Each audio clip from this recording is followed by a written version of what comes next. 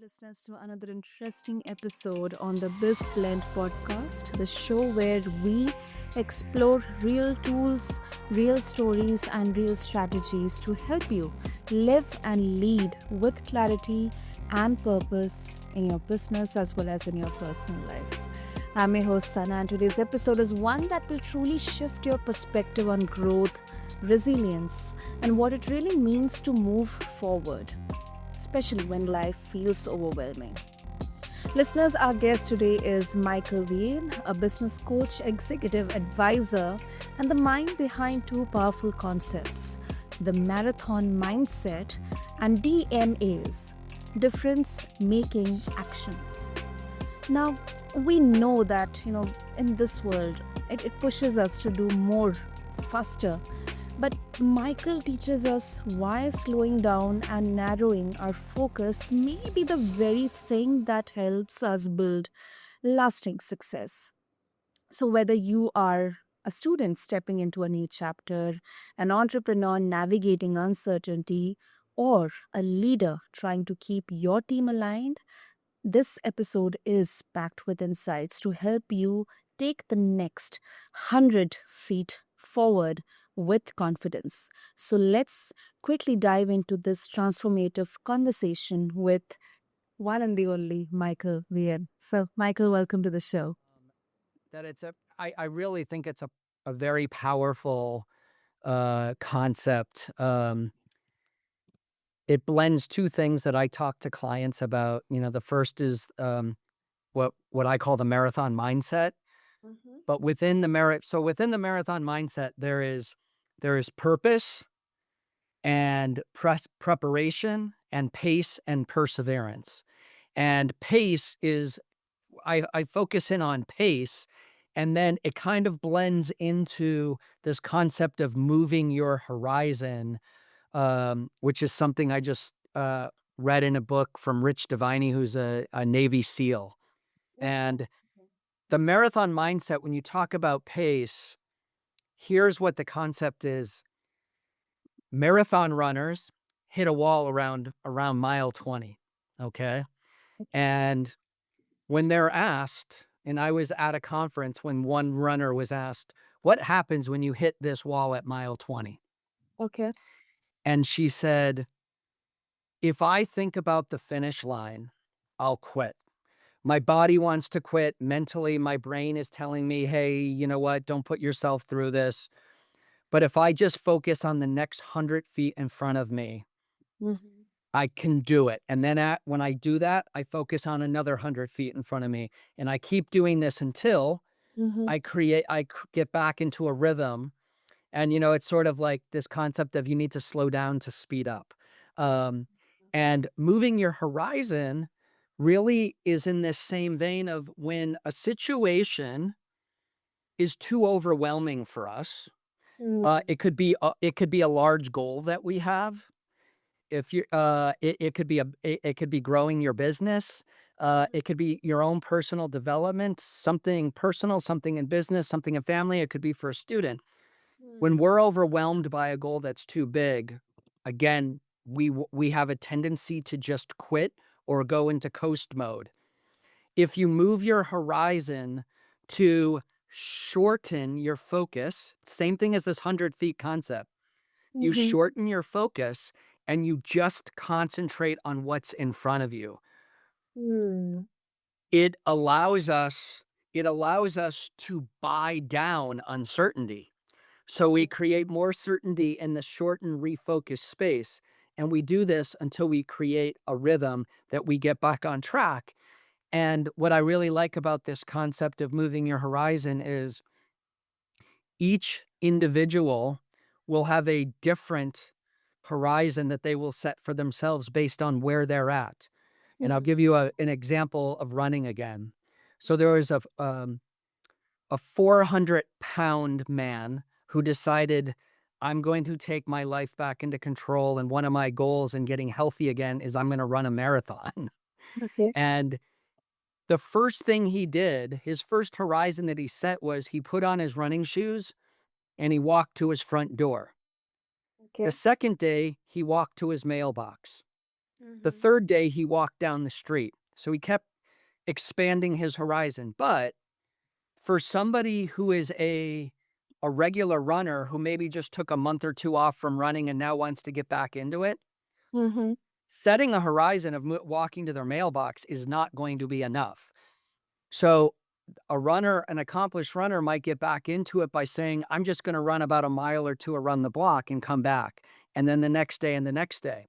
So it's, you don't want to bite off more than you can chew, but it has to be big enough that it feels like an accomplishment. And I just love this idea because I presented it to a group of scholarship winners who were students who were going to be going to college.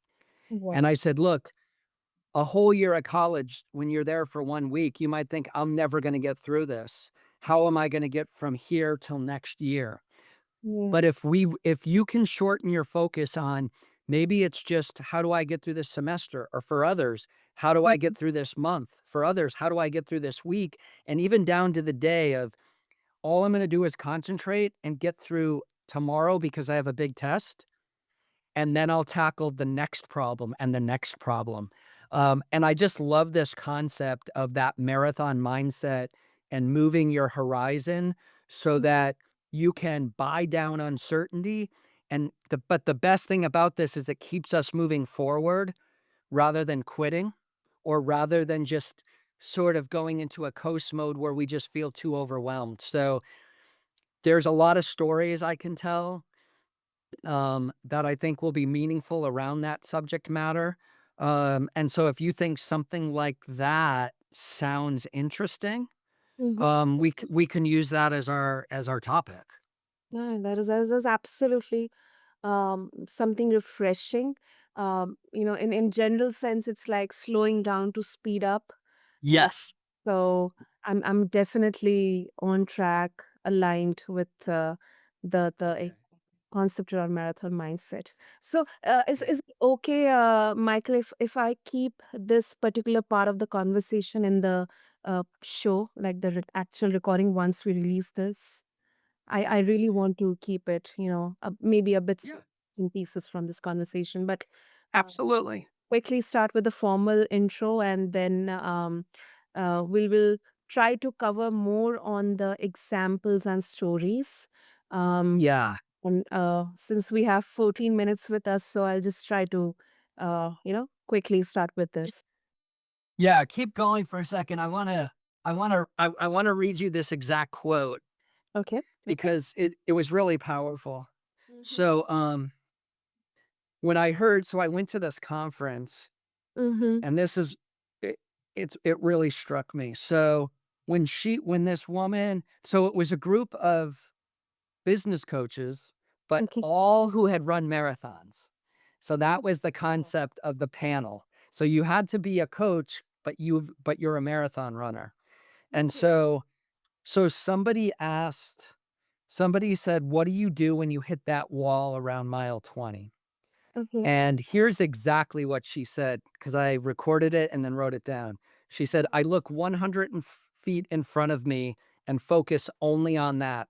At mile 20, my body wants to quit, and the thought of running 6 more miles is overwhelming. If I think about the finish line, I stop. But if I focus on just the next 100 feet and then the next 100 feet and the next, I keep going, and eventually I find my rhythm again.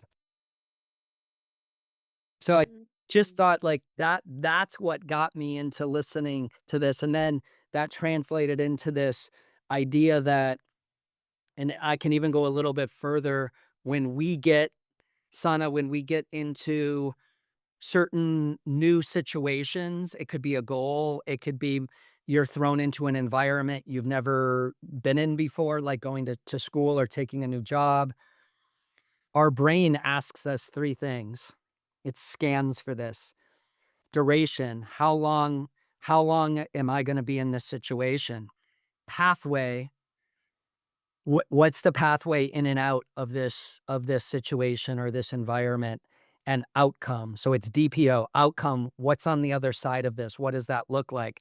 And when one or all of those questions on duration, pathway, and outcome are are not answered, and there's uncertainty about each one of those, that's what creates the overwhelm. That's what creates the stress spikes.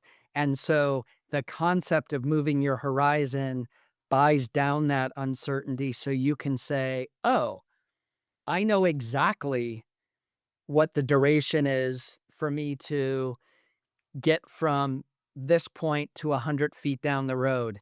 I know the pathway. I can see the next 100 feet and I know the outcome. I'm going to get there and I'm going to reward myself for having run that 100 feet and then I'm going to do it again." So it's it's creating more certainty within those questions that our brain asks us and how do we keep moving forward. Um, and there's so many ideas that blend into this. Yeah, definitely. So, there was another Navy SEAL, the guy's name is Dave Goggins, Okay. and he said he said in this video I watched the other day, Mhm. he said, "We are always gonna hit a wall in our life." It could be in any aspect, but we're always gonna hit a wall. But when we hit that wall, there are always doors and windows that Mm. we can open when we hit those walls, and we have to be able to find those doors and windows and have the courage to open them. So when I was talking to these students, I said, those doors and windows that he's talking about, those are that he's talking about the horizons that we've been exploring today. He's telling you to open that window and set a horizon to look 100 feet in front of you and not let that wall stop you, but keep open it and keep moving forward. And then if you hit another wall, open another door or open another window. I think it's great. I'll read you the way that I phrased it at the end was I said, when you hit a wall, whether it's physical, mental, or emotional, don't quit. Instead, shift your focus, move your horizon, open a door, crack a window. It's all the same concept. So it's just, I love it's a very powerful message and it could relate to people in business. It could relate to people at home as parents. It can relate to people in transition, going to a college, moving from college to work. There's a lot of different ways it can connect. Absolutely, absolutely. Because um our lives are marathons. Um Yes. not only in the Yes. entrepreneurial journey, but in our personal lives, we are performing Yes. roles. So Yes. each role, each achievement or event is like that, mile or that Yeah. achievement. I think it's, if, a question that I was asked to a business owner, might be now I'm this new question I thought of to ask, tell me about a situation in your entrepreneurial, career Mhm. where you had to slow down and only look 100 feet in front of you. Now, there's a very, very obvious one, the pandemic. Business owners didn't think about those 3 questions, right? Duration, pathway, outcome. They were all uncertain. So all you could do is look 100 feet 1 day at a time, 1 week at a time, and try to survive. Yeah, absolutely. Yeah, That is such yeah, that is I guess in the recent times it is one of the biggest examples, for every entrepreneur. In fact, for everyone, it was like uncertain, uh, yeah, the period of uncertainty. When it comes to teams, Michael, yeah. let's say sometimes, leaders they run at like the maximum capacity, but the team can't keep up with them, and Mm. kind of like creates, a whole different kind of problem. So, um, do you, how do you think it affects the company's culture? With this concept? Yeah. Yeah, so I think that there are absolutely times where when we're talking of this in a team concept, that we can really just apply it there rather than to the individual of sometimes the leader has to recognize, right? And I always come down to the best thing you can do as a leader for your team is to make them feel heard, right? And to truly and honestly listen, right? To make that connection with them because you're truly listening to what they have to say. And to be able to be a good enough leader to say, I understand that I'm distancing myself. I'm running too far ahead in this marathon mindset. I'm running too far ahead of my team. And we're going to have to regroup as a team and slow down temporarily so that we all regain the rhythm as a team so that we can now speed back up. So, but I think it's that recognition as a leader to be able to say, okay, I'm going to listen. I'm going to make them feel heard because if everyone on that team is saying, I can't keep up and I'm becoming overwhelmed by what my leader is asking me to do, Mhm. if they don't feel like they can raise their hand and say, "Wait a minute, we're running too fast." Um, culturally, that's gonna create a divide, and now we're gonna lose that connection. We're gonna lose that trust that the team has in their leader. So if he can listen, if he can make them feel heard, and when they say, "Hey, can we just can we just slow down and concentrate on the next 100 feet in front of us? You're you're on number 365 Mhm. and we're on number 7. We just need to get through number 7 and get to number 8 before we start worrying about something that far down the road." Absolutely. Absolutely. Yeah. You hit the right point in there. I absolutely agree with that. So, Yeah. Michael, if somebody who is going to listen to this conversation, if they want to really start to get on to recalibrate their pace, understand the marathon mindset, and how Right. shift their horizon, what will be the best place to start and how they can reach out to you also? Okay. So, yeah, I will, tell everybody I'm happy to give people my phone number. Um Which is 818 here in the United States, it's 818-318-3563. Um, I'm a business coach, an executive coach, and a strategic advisor, and these are the things I work with people on. I'm also on LinkedIn. Last name is Viane, Viane, first name Michael. And you can find Michael Viane on LinkedIn and connect with me. But I there's another powerful concept that I work with people on called DMAs. And I refer that what this means is difference making actions. And I normally talk about difference making actions to help people concentrate on focus and productivity Mhm. because we spend so much of our days reacting rather than being intentional. We go to work and we put out fires all day. We're running from meeting to meeting, we're putting out fires, but we're never intentionally taking action that's going to make our team stronger, our company stronger, or maybe even our own selves stronger. We're just reacting. So that's normally how I refer to create DMAs each day that are difference making actions that move you and your company forward and make you and your company a better place. We can take this concept of DMAs and we could use it to create a horizon. So I say each day, remind yourself of what your goal is and write on a post-it note.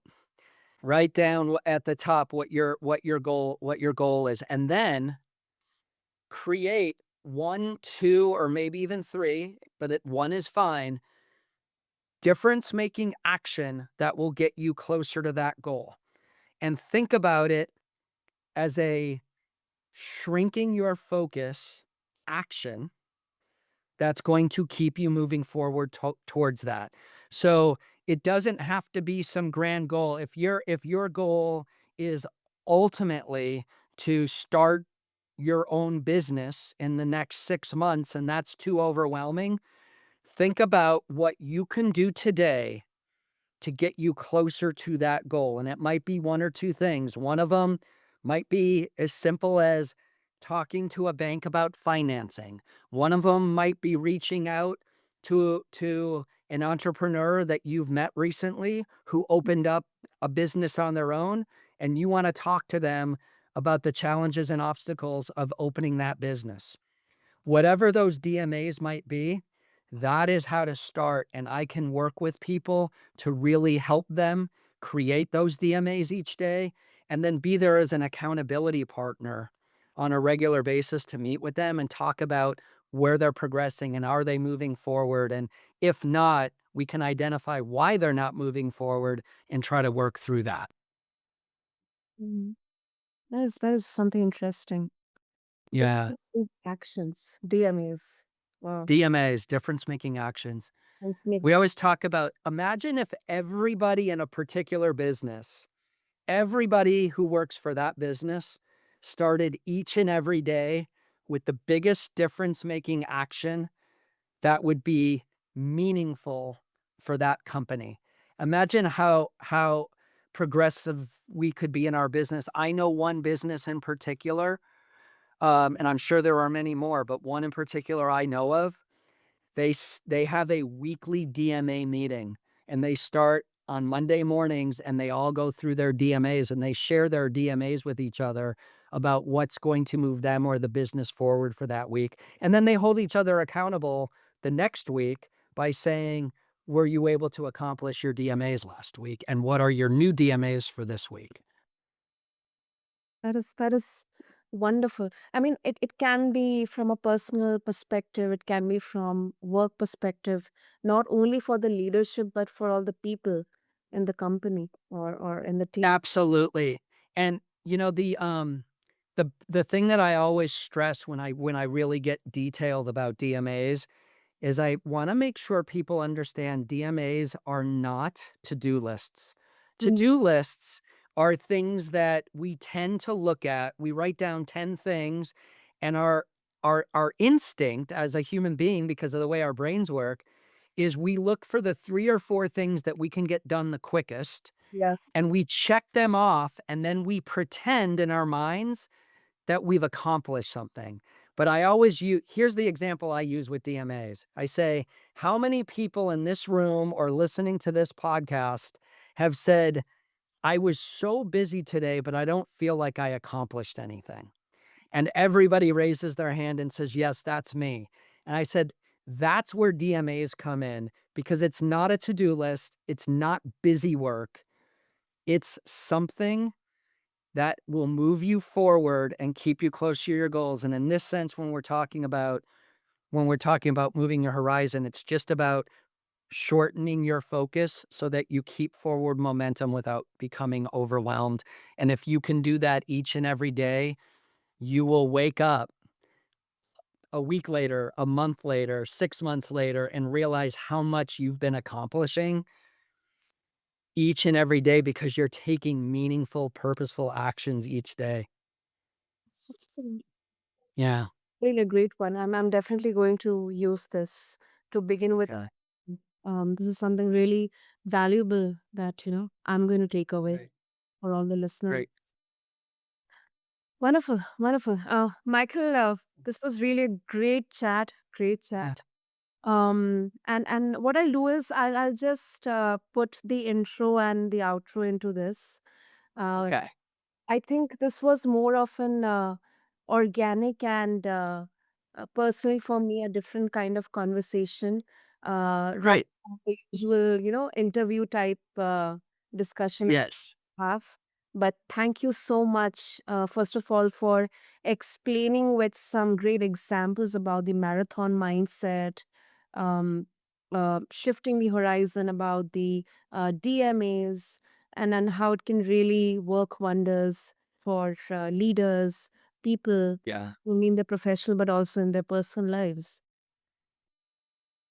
Perfect. Thank you. I'm glad that it was something a little bit different. I actually strive for that. I want to be a little bit different than the normal. I know, I know. And definitely it's going to be retained in my mind.